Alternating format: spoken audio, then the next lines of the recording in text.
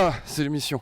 Ah, alors, bonjour à vous. Alors, nous sommes actuellement dans la semaine du 15 août où deux vagues de chaleur ont déjà sévi en France. Alors, au début du mois de juillet, on a considéré le temps comme caniculaire. Alors, première remarque, c'est quoi une canicule? La définition étant encore inexacte aujourd'hui, on va considérer qu'une canicule, ce sont 3 jours consécutifs de chaleur anormale, que ça soit de jour comme de nuit. Ah, tu veux la balle, toi? Allez, à chercher la balle. Bon, alors j'en étais où? Ah oui, alors à partir de quelle température on va considérer un temps caniculaire? Alors cela va varier en fonction des pays, cela va varier en fonction même des régions. En France par exemple, la température à Lille, comme celle de Toulouse, va nous alerter de manière différente. Alors en Europe occidentale, les moyennes vont tourner autour de 30 à 35 degrés le jour et de 18 à peu près à 20 degrés la nuit pour que l'on considère comme une canicule. Et d'ailleurs, cet été 2015, la chaleur a été si impressionnante qu'on le considère d'ailleurs comme une canicule, comme depuis 2003, mais heureusement beaucoup moins catastrophique sur ce plan-là. Bon, allez, moi, il est temps que je me rafraîchisse un peu. Ah tiens, tu peux tenir le micro? Ouais. D'accord.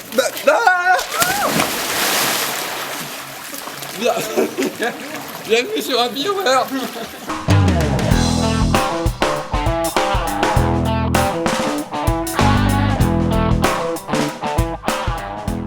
Bon alors la première question qui nous tient à cœur sur Happy Hour, sous le soleil, faut-il boire chaud ou frais?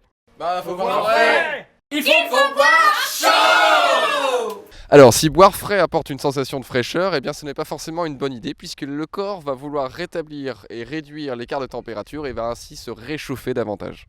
Et si l'on boit chaud, ça va favoriser un processus que tout le monde connaît, c'est la transpiration. La transpiration va permettre d'évacuer la chaleur de notre corps via la sueur, finalement, qui va s'évaporer à la surface de notre corps. Et on peut ainsi perdre de 1 à 10 litres d'eau par jour via la transpiration. Et de ce fait, il faut éviter l'alcool, le thé ou le café qui, eux, vont avoir un effet diurétique. L'exemple le plus connu reste celui des Touaregs qui boivent du thé chaud dans le désert. Mais attention, ces personnes étant naturellement exposées à des températures très élevées depuis leur enfance, ils ne possèdent pas les mêmes capteurs internes que nous autres Européens.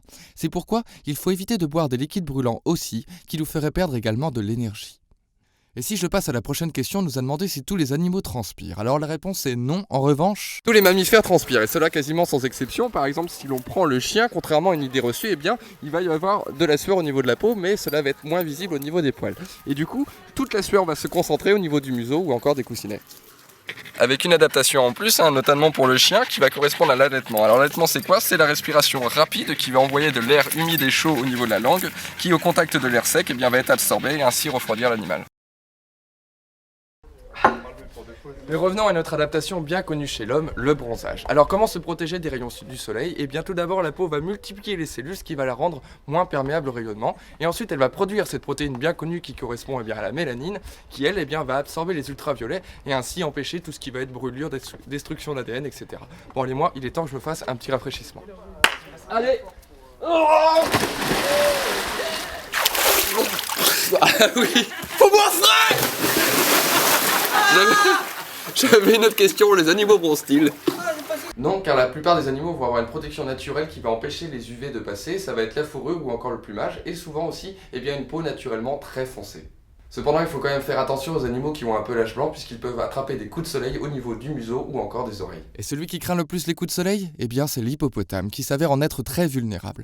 En effet, il ne dispose pas des glandes qui lui permettent de transpirer. Alors de ce fait, cet animal pesant de 1 à 3 tonnes, doit passer une grande partie de sa journée dans l'eau, souvent d'ailleurs boueuse de préférence. Et en termes d'adaptation au milieu très chaud, il y a un animal qui excelle dans la matière, ça va être le dromadaire.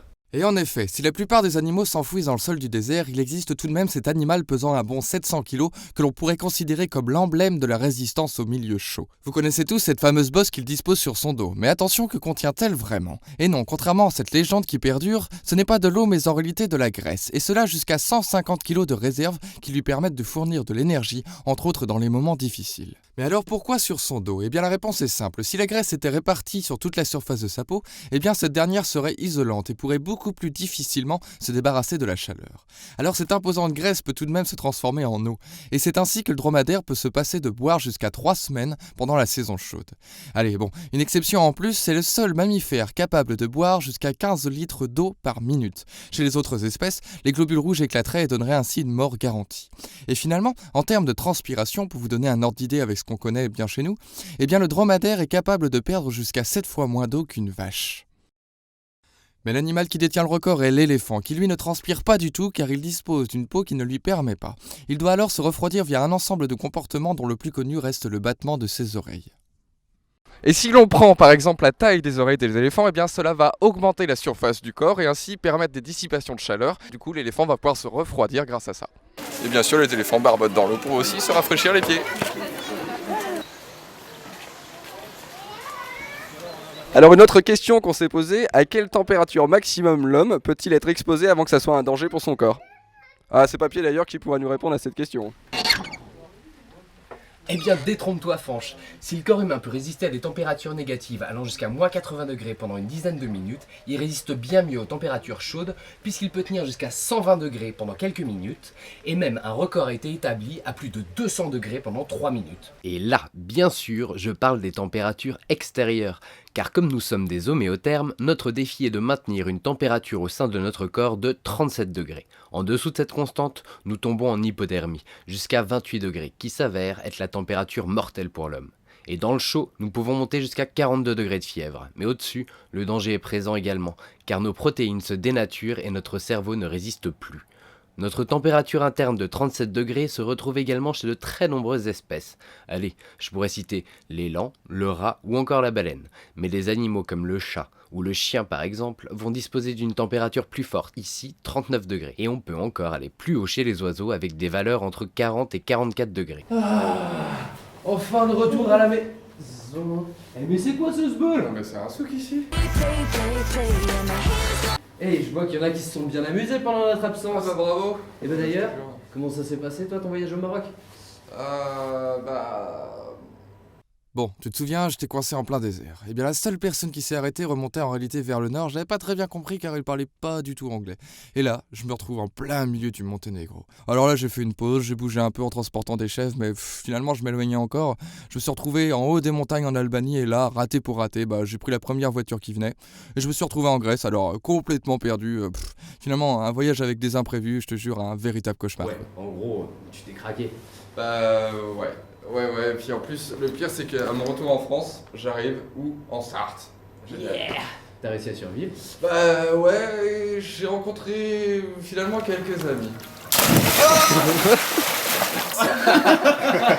Mais les gars, en été, quand il fait chaud, faut boire froid ou faut boire chaud? Faut boire frais. Merci, voilà, ok, faut boire frais. Ok, séquence 1, prise 24, introduction. Moteur, ça tourne.